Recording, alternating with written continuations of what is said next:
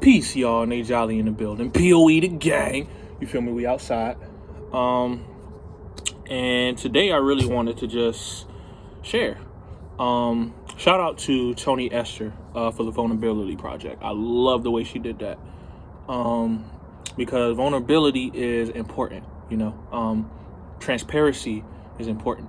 If you can communicate clearly what is going on with you to the right people, it can just help you do everything else in your life that much better.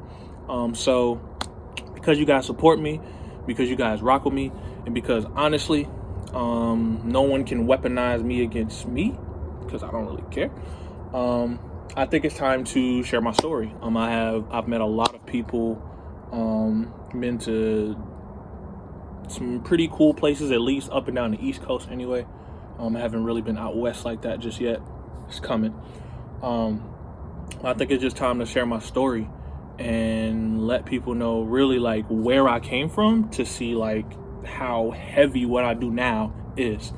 So my name is Nate, obviously, right? I was born in September. I'm not gonna tell you my birthday because I don't need y'all having my astrology stuff. No. Okay. Look it up later.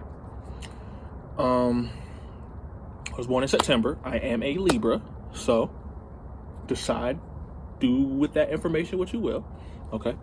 I was born in Boston, as a matter of fact. I was not born in South Carolina or somewhere over the rainbow, even though I'm technically alien or whatever. I was born in Boston,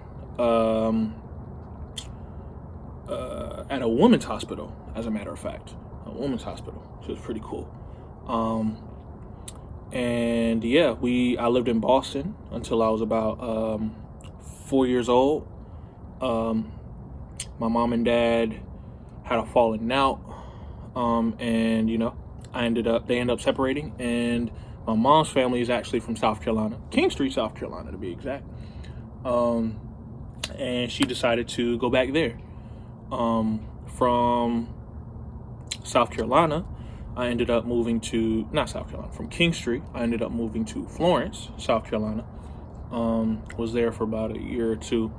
I think I was in like second grade. Yeah, I think I was in first or second grade, one of those. From there, and at this time my mom was working for the government, right? She had a government job. So from there, we went to Charlotte, lived in where I am now. We lived in Charlotte for about a year or two. Then from there, I went back to King Street, lived there for a year, moved back to Florence, lived there for about,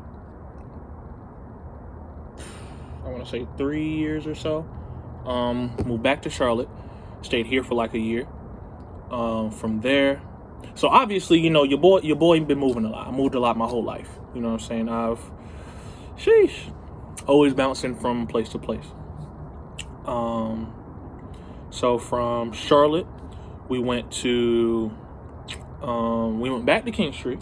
All right, back to King Street. Stayed there for a little while. And then throughout my high school years, I bounced between King Street and various schools in Florence. So just to kind of give you a brief synopsis, my freshman year of high school, I started at West Florence High School, then moved to King Street. Did I move to King Street? Yes, went to King Street.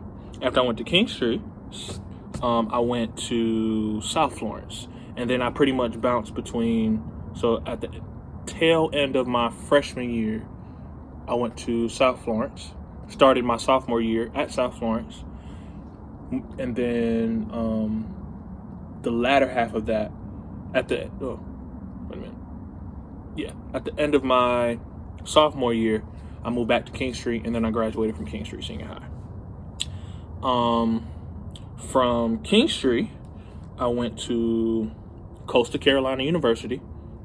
Shout out to CC, you feel. I did not graduate. Obviously with, and we're gonna get to that, because this is just the first part. I'm just giving y'all like the timeline a little bit of where I've moved to, so that way we can kind of block it out and really start to, y'all really start to learn the story and understand the story. So then from Coastal, I stayed at Coastal. Let's see, I went there the fall of 2014. I stayed at Coastal until my technical sophomore year. So that would be like 2017. And 2017 is actually when I first dropped my first mixtape. So after 2017, I dropped out. I was couch surfing for at least about a year and a half or so.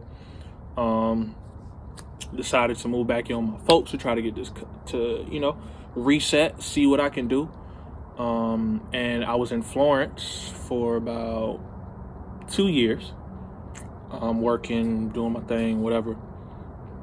Proceeded to, I ain't gonna retract. So yes, for those that are curious, I started a whole ass brand at my mama's house.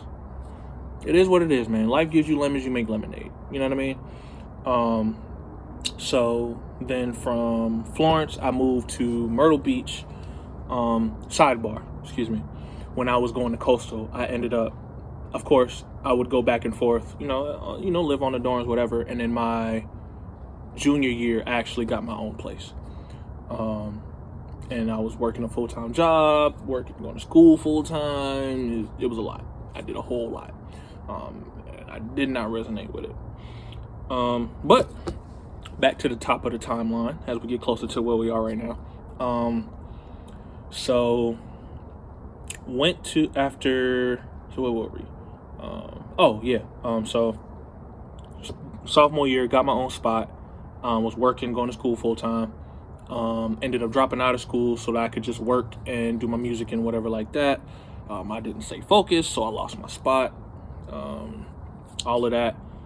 Had to couch surf about a year or so, moved back in with my folks. Definitely went through a little bit of depression, but we get into all of that. I'm skimming over details for a reason, right? I ain't trying to get y'all the whole thing in one video, because that's a lot. And honestly, YOLO, I'm gonna give y'all the whole thing in one video, YOLO. But let's get the rough timeline out the way and then fill in the gaps. So couch surf, moved back home, brainstorming, trying to figure out, what's going on? What am I going to do? I was working. Did not have the idea for POE just yet, but I did, I was serious about my music. I was still doing my music thing. I just didn't get to the logistics of things yet. Then that's when I made a decision. Okay, let's try to go back to school. Let's pick up journalism and see if we can kind of put ourselves in the right place in the industry, right, to, do our thing. Went there. Mind you, I was still pretty depressed for the most part. And that is actually when I decided, that's when I dropped my second mixtape, The Kids Diatribe. So from there, was in school, mad depressed, all of that. Couldn't deal with it. Mind you, I'm awakening in consciousness at the same time. So I'm like, man, this is really not the wave. This is not what it is. I'm not really trying to, fuck this. Actually got kicked out for weed. So yeah, I got kicked out of school my second time for some weed shit. Or I got kicked off of campus for weed. I was staying on campus at the time. So I got kicked off of campus for weed. And because I didn't have a place to stay, I decided to drop out again.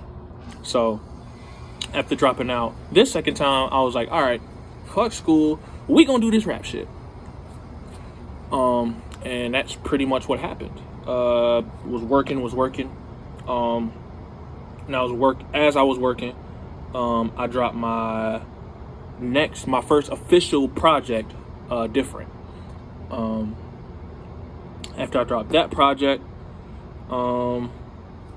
things kind of just started to materialize around the brand. This is when POE was actually an idea during the Kids Diatribe, but it didn't actually materialize into like this whole brand thing until POE was actually originally supposed to be a rap group. It was supposed to be me, my boy Malcolm, aka Spiral Artifacts, and this other guy named Josh, who's an artist, whatever like that. And we were supposed to, do this rap group thing, but everyone had different things going on. Everyone was in a different headspace, so it didn't materialize like that. And it was, eventually, it ended up morphing into this company structure thing. And it's changed form. It's switched up numerous times. Like, I've revitalized the company thing numerous times. And yeah, that's pretty much it as far as the rough timeline of, well, how did you, where'd you go, all of that. So that's that rough outline of that. So we ain't gonna get into the company stuff, man. We'll get to that later. So my dad is Trinidadian,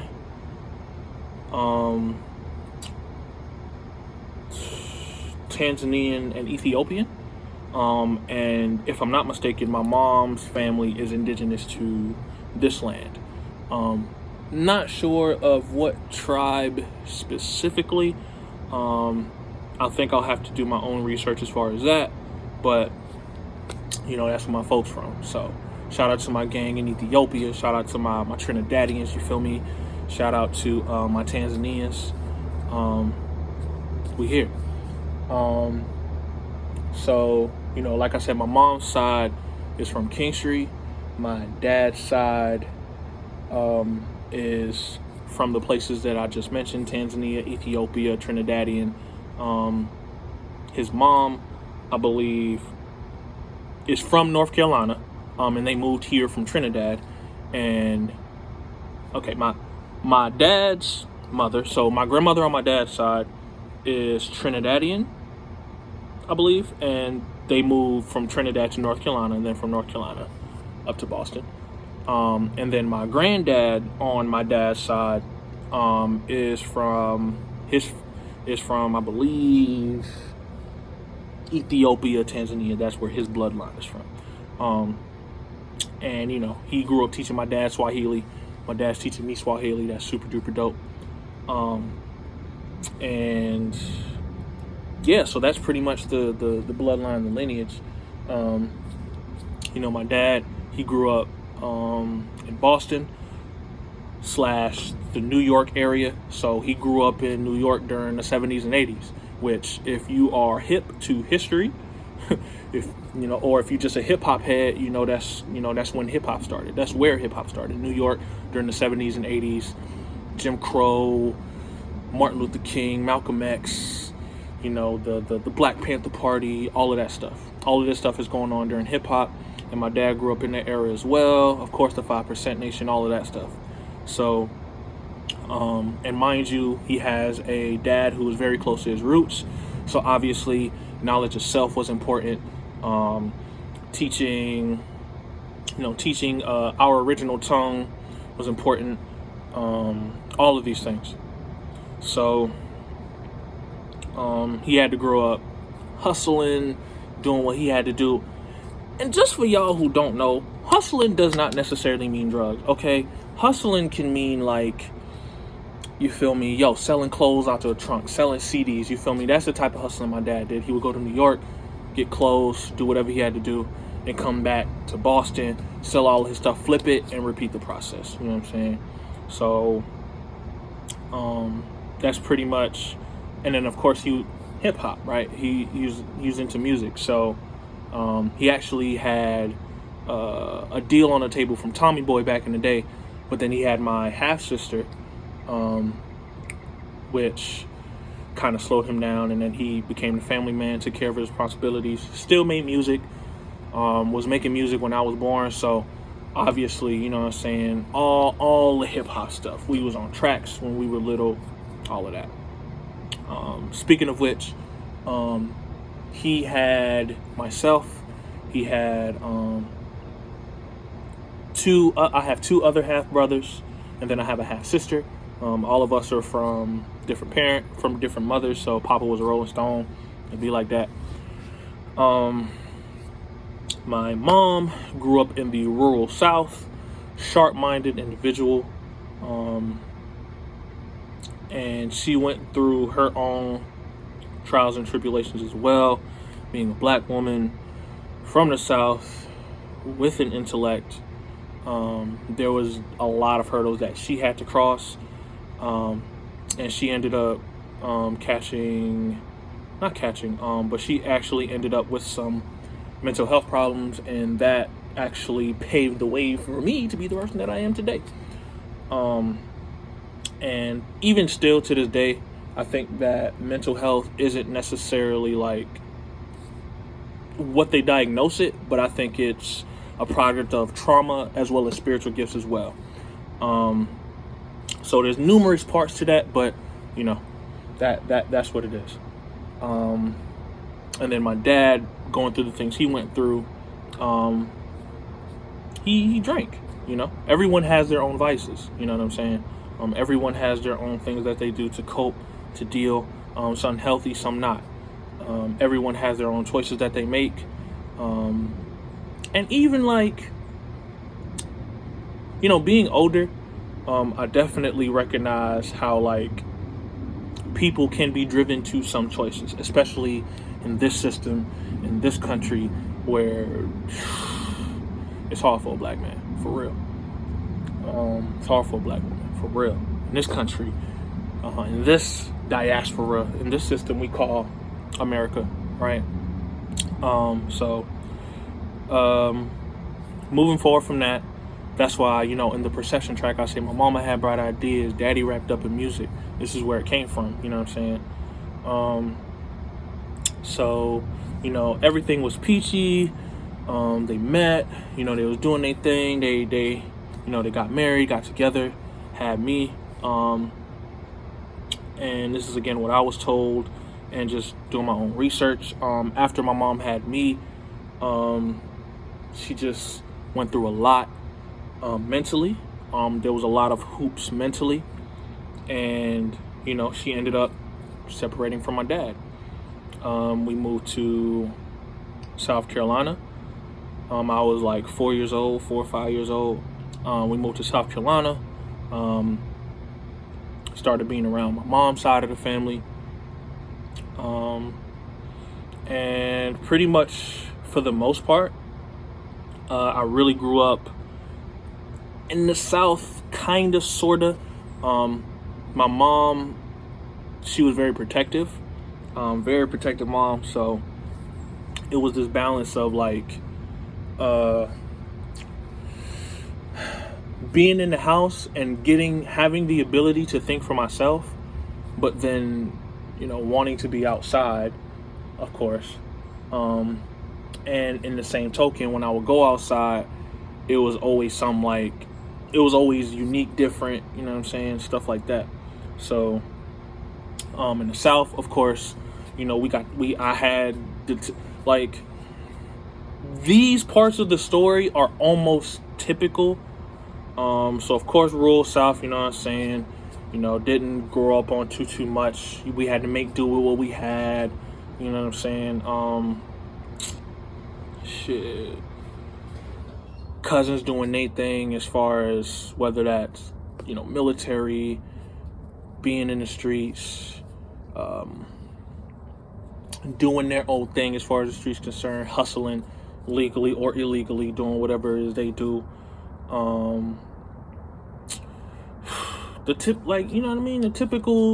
Unfortunately, the typical story of the black diaspora in America. Why do we all have the same story? Something to think about. So, yeah. At least while I was in Kingstree, that was pretty much the story. Now, when I wasn't in Kingstree, around my grandparents, because my mom, again, due to her mental stability, right, we were always bouncing around. She always had multiple jobs. You know, we was always moving from place to place, things like that. And because of that, and just the things that she went through in her life. Again, very protective, so she didn't really let me do too much, so this is where my love for books comes from, right? This is where my love for gaming, for all nerd stuff, for just things of the mind, right? This is where these things came from, because sometimes niggas couldn't go outside, so I had no choice but to be stuck in the house with my own thoughts. And this played a big part of why I've moved in certain spaces even as a young adult, right? So, sometimes when I come online and then go in my little corner, like, that's not nothing y'all did. That's just how I grew up. So I had to learn to enjoy my solitude. And then on the flip side of that, right, when I did get to go outside, when I did get to hang out with people and all of that, nigga, y'all that know me from college, and from just being out and about, y'all know, nigga, I like to have fun. I like to have a good time. I get busy. So that's where that came from. When you in the house for so long, you can't really do too much.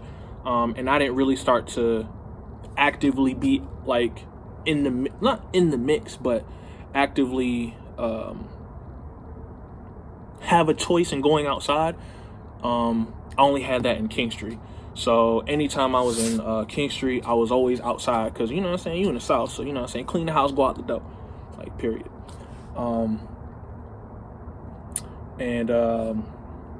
Yeah, and even when I started being in my high school years, being able to go outside and stuff like that, like, I didn't always have a lot of friends, because again, solitude. Mind you, I'm sharp as a tack, at the same time dumb as a doorknob, because like I didn't get to go outside that much, so I didn't understand like social etiquette. And then at the same time, like, intellectually, like, I'm in class, niggas asking me for the answers. Like, people want to be in my study groups, even whether in high school, college, whatever. People wanted to, like, yo, this dude smart, like, yo, this dude sharp, yo, this. Even now, I know people that know me, like, yo, this dude know, you feel me? And that has still been the case, right? I pride myself on being sound intellectually. Everything else has kind of had to play catch up, because I had to deal with a lot of stuff that went on in my childhood, separation, still stuff going on, you feel me? Like, but recently when I went up north, a switch kind of clicked that allowed me to really express myself how I need to be. But back to the story, right? So, so again, having the ability to not always go outside, right? And then only being able to go outside in certain instances, only being able to do certain things, that kind of plagued me a little bit. But I've worked through that. I understand really how to be outside, like, so again, like, if you see me retreat into a corner a little bit, ain't got nothing to do with you, fam. That's just how I am. That's just how I move. That's just how I operate. I love my solitude. You know what I'm saying? I enjoy my solitude, right? And even when it comes to working with people as far as business, artists, things like that, like, any artist that ends up watching this and knows me personally, like, I want you to know, like, it ain't nothing personal. Like, it's not personal. It's not you. It's not nothing you did. It's just how I operate. I've always had to, not always, let me rephrase this. I've always felt alone sometimes, because of my upbringing. I'm very unique, not necessarily in my experiences, but how I think. And I know that not everyone understands that. So a lot of the times I felt like I just won't be understood. So I just go do my own thing. You know what I mean? So, yeah, man, I'm just a unique individual. Like I'm just different, dog. Like, and that was another reason why I dropped the album Different. If you go look it up, you know what I mean, trying to differentiate myself, right, while at the same time helping us realize, like, yo, we all different, but that shouldn't separate us. Now, what does music got to do with all of this, right? So, like I said, my dad had musical aspirations. Even coming up, we was on his tracks. You know what I'm saying? He had the DJ set up like right in the middle of the living room, so it was always there. You know what I mean? Until he had to get rid of the equipment, whatever.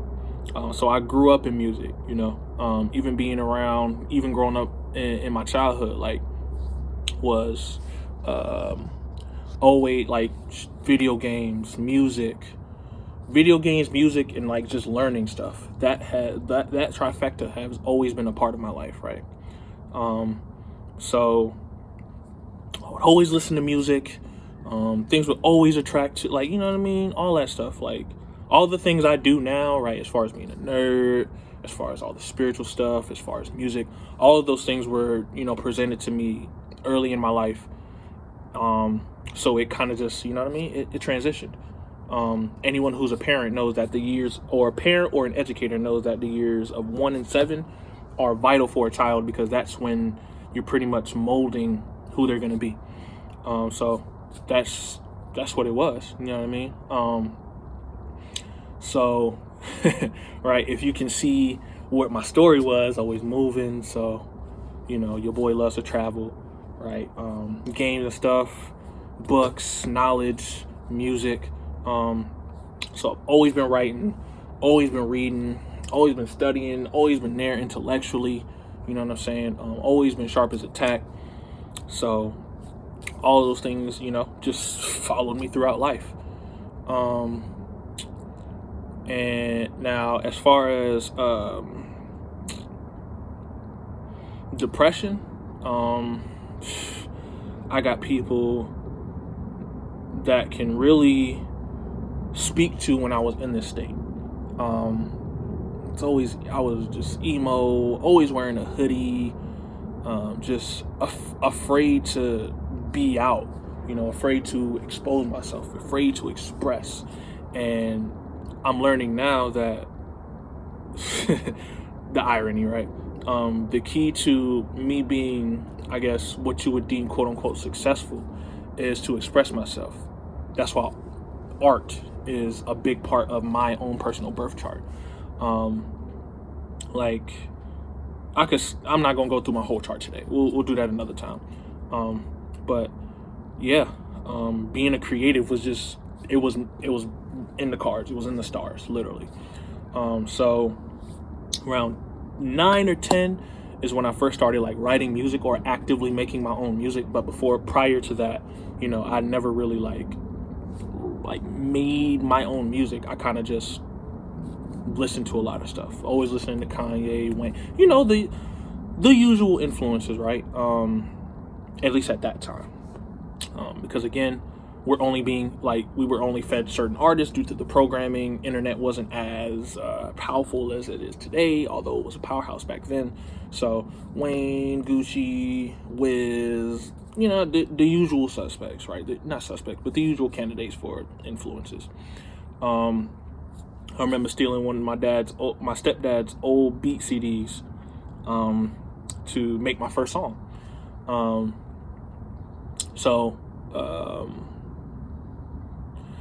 Moving forward as far as the music, me being artistic, I ain't doing no company shit. I ain't worrying about that right now.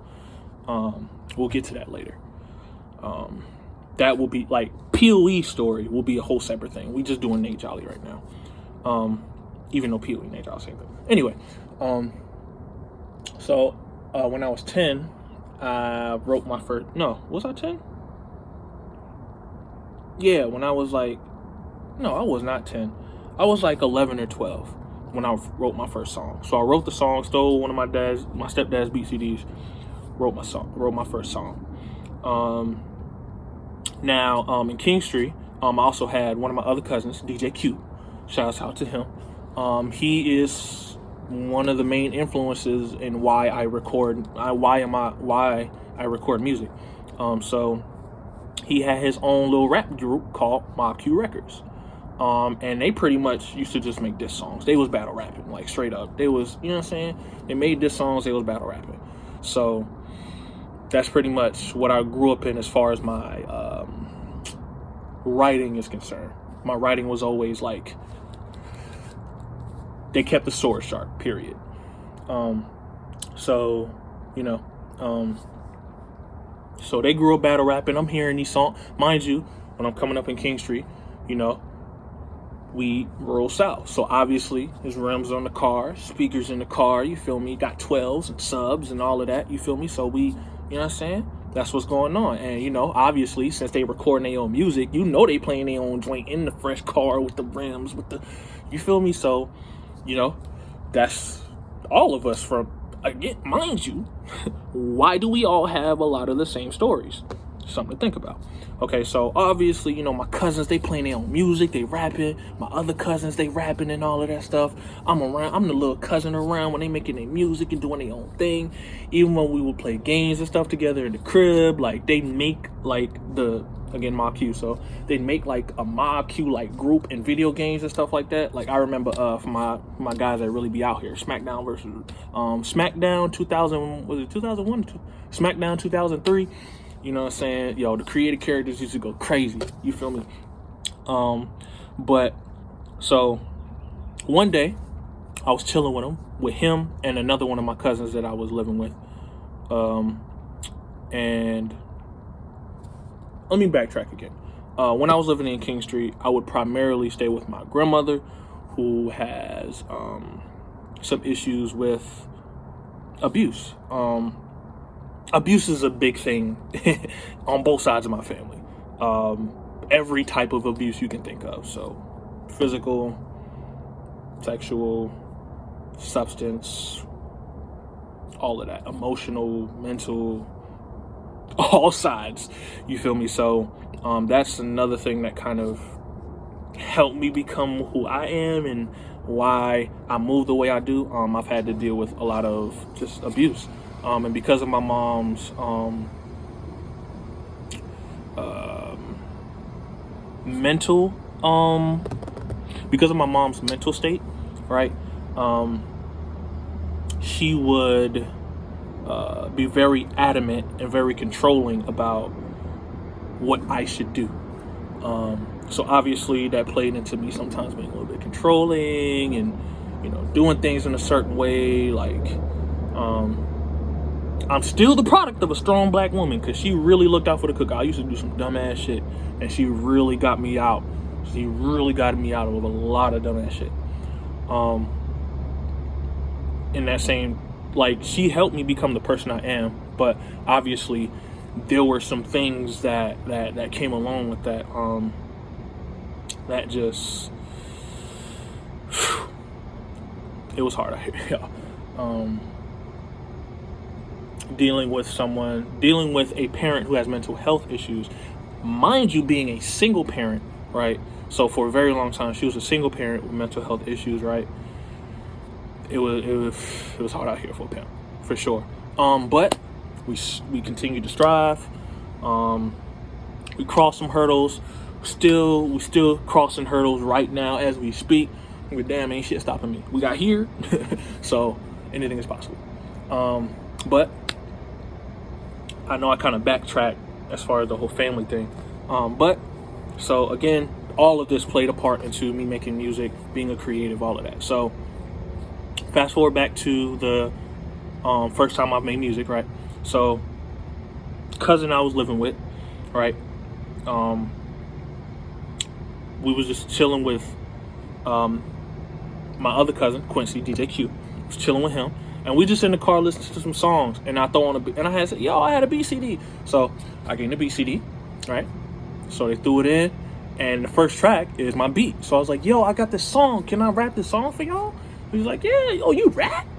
I'm 13 at this point, right? So I'm 13 rapping. They like, oh, word, you rap? Word, let's hear it. So play the song, and I remember the lyrics, yo. Well, not all of them. So it was a song called Who's That? Like, so the chorus was a pre-recorded chorus of one of my stepdad's friends, saying, who's that? And I'm like, oh man, this is it. I ain't gotta make no hook. I can just write the raps. So I was like, I was 13. I was like, you wanna know who this is? That nigga Lil Nate. I'm a nigga that's the best.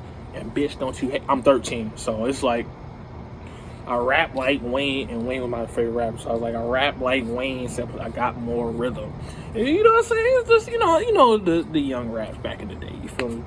So, but mind you, I'm 13, so having raps, like having my lyrical level at 13, it was like, yo, who is this dude? Yo, like they're like, oh my god, yo, you can rap, no, like. Literally, I don't know what it was, but it was so strong. Like my cousin, like, yo, we going to the studio now. Like, so, yo, from there, man, we went to the studio, and the rest was history, man.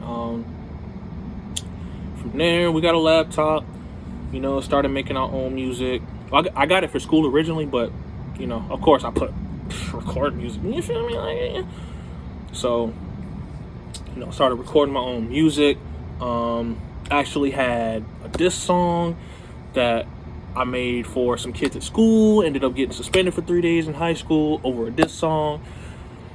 Like, if you ask anybody from the class of 2014 at King Street Senior High about that song, they gonna know that. Like, you remember the diss song? They gonna know exactly what you're talking about. So from there, man, that really jump started my music. As far as me making music, used to battle in high school, of course. Went to Coastal. I was like, ooh, they don't know how to rap. Let me go ahead and, you know what I'm saying? So doing my thing as far as the campus is concerned. Anytime they had rap competitions or poetry shows and all of that, I was there, trying to rap, trying to do poetry, things like that. Always got great love.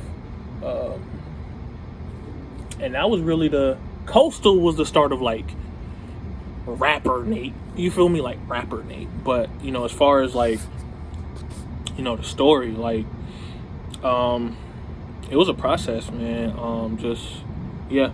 I actually had my first spiritual awakening at like 16. The same cousin who got me in the studio for the first time, yo, this man ended up showing me that aliens was real and stuff, and I was like he showed me the evidence, and I was like, yo. Speaking of which, there's this is a song called Nibiru by Ab-Soul. It's one of the reasons Ab-Soul is my favorite rappers.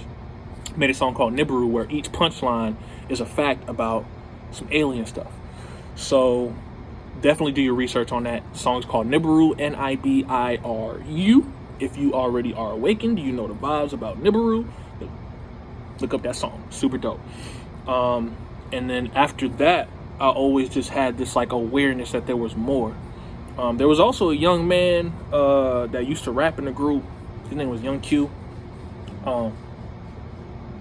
He was mad young, dog. I'm talking about dude is like 8, rapping people heads off, like understanding the truth about certain religions and all this other stuff. And he 8 years old, like, so it was like, and he had that level of knowledge that young. So we were very just like taken aback, and to this day we don't know like we don't know where he is now. He's not like lost or anything like that. You know what I'm saying? Like, we knew his mom, but like we never figured out like what type of entity or like who he was or nothing like that, man. He just popped up, dropped jewels on our forehead and just dipped, but couple that with what he was showing me and this young guy who's somehow, like, when he makes songs about people, the things come true. And Mob Q is just a whole nother story entirely. That's going to be another video, right? So Mob Q, and then of course the POE story, right? All of that, matter of fact, all of that is going to be in one thing, because POE doesn't happen without Mob Q. So we going to get to that story. But yeah, that's roughly the story, man. There's so much shit in between, from PKF, from my own personal relationships and what I've learned, from like as far as like interpersonal, as far as like intimate relationships, from my couch surfing days, from learning about myself as far as the shamanism course. There's just so much stuff, man, and ain't enough videos in the world, dog. But the main thing I wanted to do was come on here and just start sharing a piece of my story, man. I think that showing people where I came from gives them a much bigger perspective on just like why I operate the way I do. And I damn sure ain't explaining myself, right? It's more therapy for me, of just sharing it's just the act of sharing that helps me feel better, you know what I mean? Not feel better, but just really just like, yeah, it just helps me feel better. Fuck it. It just helps me feel better. And like I said, for those of you who support and really like trying to figure out like who, what, where, when, why about yours truly, this is it. You know what I mean? There's more stuff. And you know, of course, I'm gonna definitely paint a better picture of my music journey, because that's another whole thing entirely. But yeah, man. I'm really just a young man trying to open my eyes. Like, I really like, man, I'm about to tear up. Other than like,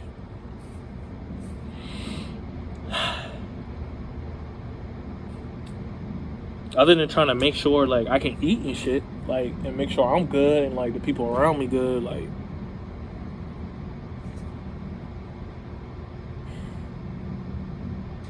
I'm just trying to open my eyes, man. I don't give a fuck about your clout.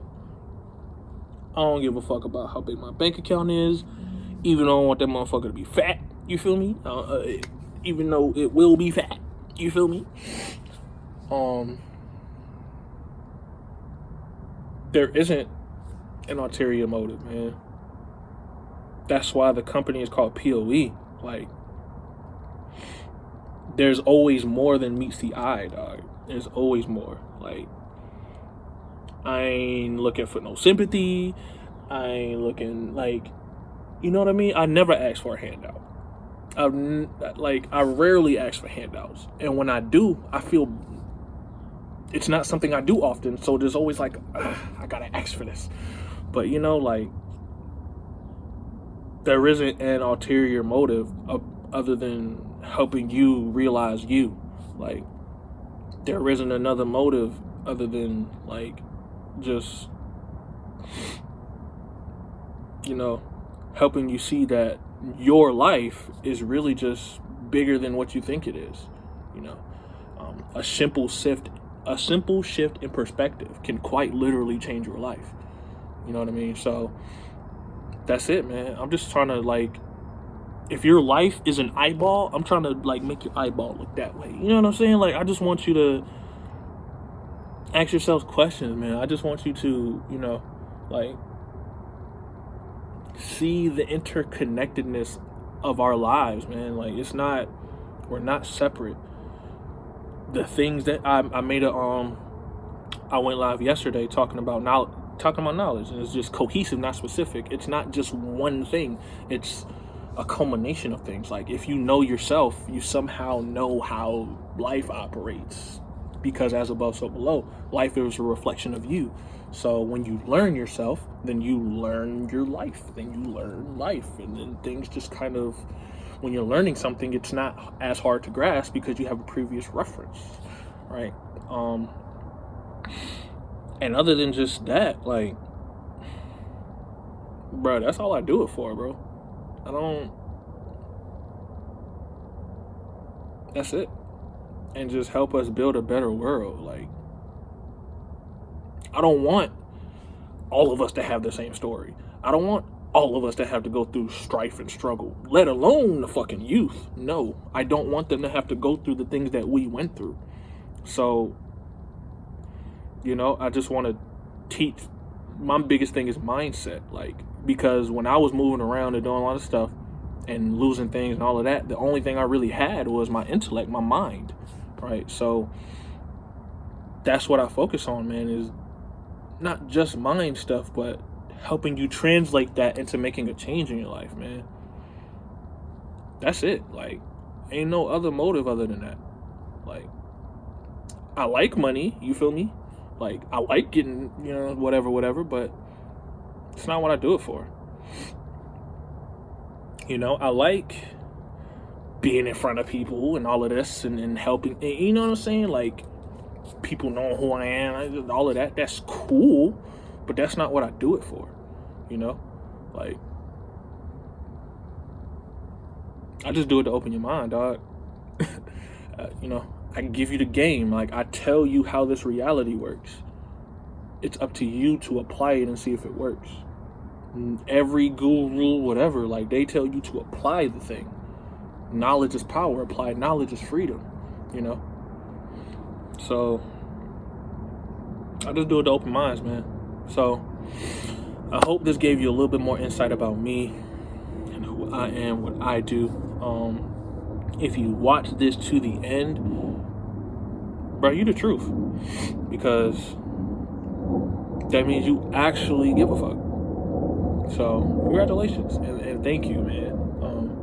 I'm always thank y'all for just, like, listening to me talk or listening to me rap or, like, whatever like that. That alone is enough for me. Because you're willing to listen. Like, God's always talking, bro. You gotta be willing to listen, So that's it, man. Tap into the platform if you feel led. You might as well, because I'm dope as fuck, so YOLO. But yeah, man, that's all I have. So I hope this helped you get more insight, and I hope you continue to follow us on the journey, man. So until next time, peace.